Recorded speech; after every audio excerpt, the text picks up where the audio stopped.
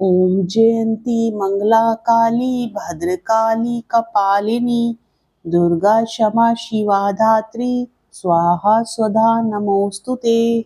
जय माता दी मित्रों, आज चैत्र नवरात्रि का 8वां दिन है। आज अष्टमी तिथि है। आज का दिन माँ महागौरी को समर्पित होता है। आज के दिन आप सभी सुनेंगे श्री दुर्गा सप्तशती पाठ अध्याय 12 और 13 की कथा। श्री दुर्गा सप्तशती पाठ अध्याय 12 में आप सभी सुनेंगे देवी चरित्रों के पाठ का महात्म्य। देवी बोली, हे देवताओं, जो पुरुष इन स्रोतों द्वारा एकाग्रचित होकर मेरी स्तुति करेगा, उसके संपूर्ण कष्टों को निसंदेह हर लूंगी। मधुकैटभ के नाश, महिषासुर के वध और शुंभ तथा निशुंभ के वध की जो मनुष्य कथा कहेंगे, मेरे महात्म्य को अष्टमी, चतुर्दशी व नवमी के दिन एकाग्रचित से भक्ति पूर्वक सुनेंगे, उनको कभी कोई पाप न रहेगा। पाप से उत्पन्न हुई विपत्ति भी उनको ना सताएगी। उनके घर में दरिद्रता नहीं होगी और ना उनको प्रियजनों का बिछोह होगा। उनको किसी प्रकार का भय नहीं होगा। इसलिए प्रत्येक मनुष्य को भक्ति पूर्वक मेरे इस कल्याणकारक महात्म्य को सदा पढ़ना और सुनना चाहिए। मेरा यह महात्म्य महामारी से उत्पन्न हुए संपूर्ण उपद्रवों को एवं 3 प्रकार के उत्पातों को शांत कर देता है।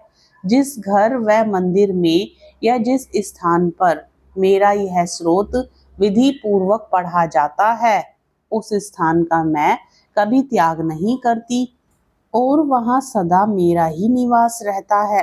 बलिदान, पूजा, होम तथा महोत्सवों में मेरा यह चरित्र उच्चारण करना तथा सुनना चाहिए। ऐसा हवन या पूजन मनुष्य जानकर या बिना जाने करे, मैं उसे तुरंत ग्रहण कर लेती हूँ। और शरद काल में प्रत्येक वर्ष जो महापूजा की जाती है, उनमें मनुष्य भक्ति पूर्वक मेरा यह महात्म्य सुनकर सब विपत्तियों से छूट जाता है और धन धान्य तथा पुत्रादि से संपन्न हो जाता है।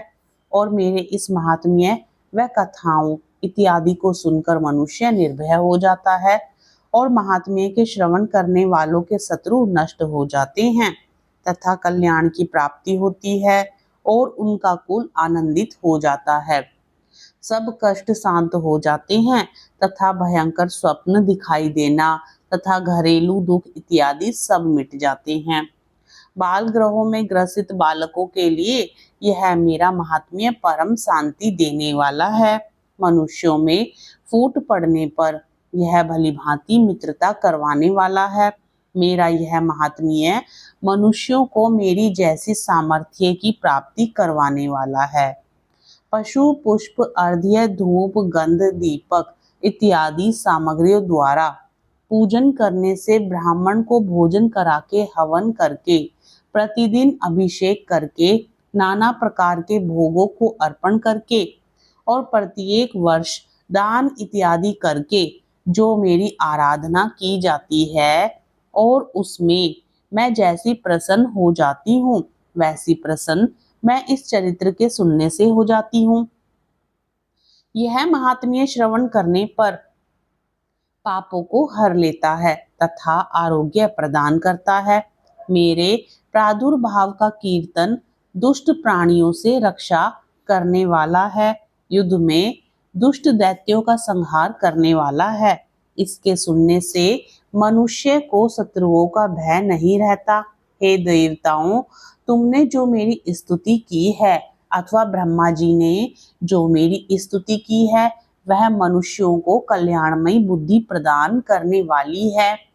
वन में, सूने मार्ग में अथवा दावानल से घिर जाने पर, वन में चोरों से घिरा हुआ या शत्रुओं द्वारा पकड़ा हुआ, जंगल में सिंहों से, व्याघ्रों से या जंगली हाथियों द्वारा पीछा किया हुआ, राजा के क्रुद्ध हो जाने पर, मारे जाने के भय से, समुद्र में नाव के डगमगाने पर, भयंकर युद्ध में फंसा होने पर, किसी भी प्रकार की पीड़ा से पीड़ित, घोर बाधाओं से दुखी हुआ मनुष्य मेरे इस चरित्र को स्मरण करने से संकट से मुक्त हो जाता है। मेरे प्रभाव से सिंह, चोर या शत्रु इत्यादि दूर भाग जाते हैं और पास नहीं आते। महर्षि ने कहा, प्रचंड पराक्रम वाली भगवती चंडिका यूं कहने के पश्चात सब देवताओं के देखते ही देखते अंतर ध्यान हो गई और संपूर्ण देवता अपने शत्रुओं के मारे जाने पर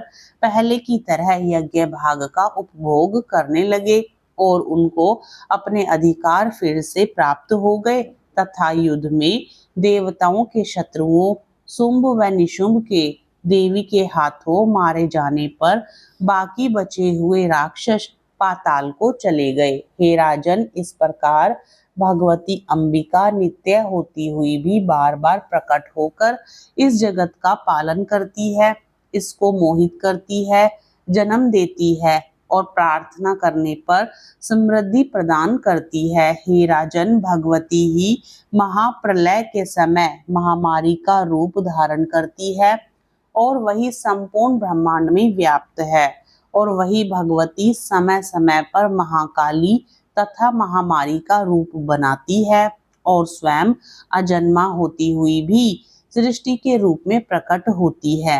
वह सनातनी देवी प्राणियों का पालन करती है और वही मनुष्य के अभ्युदय के समय घर में लक्ष्मी का रूप बनाकर स्थित हो जाती है तथा अभाव के समय दरिद्रता बनकर विनाश का कारण बन जाती है। पुष्प, धूप और गंध आदि से पूजन करके उसकी स्तुति करने से वह धन एवं पुत्र देती है और धर्म में शुद्ध बुद्धि प्रदान करती है। जय माता दी। अब सुनिए 13वां अध्याय, जिसमें आप सभी सुनेंगे राजा सूरत और वैश्य को देवी का वरदान। महर्षि मेधा ने कहा, हे राजन, इस प्रकार देवी के उत्तम महात्म्य का वर्णन मैंने तुमको सुनाया। जगत को धारण करने वाली इस देवी का ऐसा ही प्रभाव है। वही देवी ज्ञान को देने वाली हैं और भगवान विष्णु की इस माया के प्रभाव से तुम और यह वैश्य तथा अन्य विवेकी जन मोहित होते हैं और भविष्य में मोहित होंगे। हे राजन, तुम इसी परमेश्वरी की शरण में जाओ। यही भगवती आराधना करने पर मनुष्य को भोग, स्वर्ग तथा मोक्ष प्रदान करती हैं। मार्कंडेय जी ने कहा, महर्षि मेधा की यह बात सुनकर राजा सूरत ने उन उग्र व्रत वाले ऋषि को प्रणाम किया और राज्य के छिन जाने के कारण उसके मन में अत्यंत गिलानी हुई और वह राजा तथा वैश्य तपस्या के लिए वन को चले गए और नदी के तट पर आसन लगाकर भगवती के दर्शनों के लिए तपस्या करने लगे। दोनों ने नदी के तट पर देवी की मूर्ति बनाई और पुष्प, धूप, दीप तथा हवन द्वारा उसका पूजन करने लगे। पहले उन्होंने आहार को कम कर दिया, फिर बिल्कुल निराहार रहकर भगवती में मन लगाकर एकाग्रता पूर्वक उसकी आराधना करने लगे। वह दोनों अपने शरीर के रक्त से देवी को बलि देते हुए 3 वर्ष तक लगातार भगवती की आराधना करते रहे। 3 वर्ष के पश्चात जगत का पालन करने वाली चंडिका ने उनको प्रत्यक्ष दर्शन देकर कहा, देवी बोली, हे राजन तथा अपने कुल को प्रसन्न करने वाले वैश्य, तुम जिस वर की इच्छा रखते हो वह मुझसे मांगो, वह वर मैं तुमको दूंगी, क्योंकि मैं तुम पर अत्यंत प्रसन्न हूँ। मार्कंडेय जी कहते हैं, यह सुन राजा ने अगले जन्म में नष्ट न होने वाला अखंड राज्य और इस जन्म में बलपूर्वक अपने शत्रुओं को नष्ट करने के पश्चात अपना पुनः राज्य प्राप्त करने के लिए भगवती से वरदान मांगा और वैश्य ने भी, जिसका चित्त संसार की ओर से विरक्त हो चुका था, भगवती से अपनी ममता तथा अहंकार रूप आसक्ति को नष्ट कर देने वाले ज्ञान को देने के लिए कहा। देवी ने कहा, हे राजन, तुम शीघ्र ही अपने शत्रुओं को मारकर पुनः अपना राज्य प्राप्त कर लोगे। तुम्हारा राज्य स्थिर रहने वाला होगा। फिर मृत्यु के पश्चात आप सूर्य देव के अंश से जन्म लेकर सार्वणिक मनु के नाम से इस पृथ्वी पर ख्याति को प्राप्त होंगे। हे वैश्य, कुल में श्रेष्ठ, आपने जो मुझसे वर मांगा है वह आपको देती हूँ। आपको मोक्ष को देने वाले ज्ञान की प्राप्ति होगी। मार्कंडेय जी कहते हैं, इस प्रकार उन दोनों को मनोवांछित वर प्रदान कर तथा उनसे अपनी स्तुति सुनकर भगवती अंतर्ध्यान हो गई और इस प्रकार क्षत्रियों में श्रेष्ठ वह राजा सूरत भगवान सूर्य देव से जन्म लेकर इस पृथ्वी पर सार्वणिक मनु के नाम से विख्यात हुए। जय माता दी। आज की कथा संपूर्ण होती है। आगे की कथा का रसपान अगले अध्याय में करेंगे।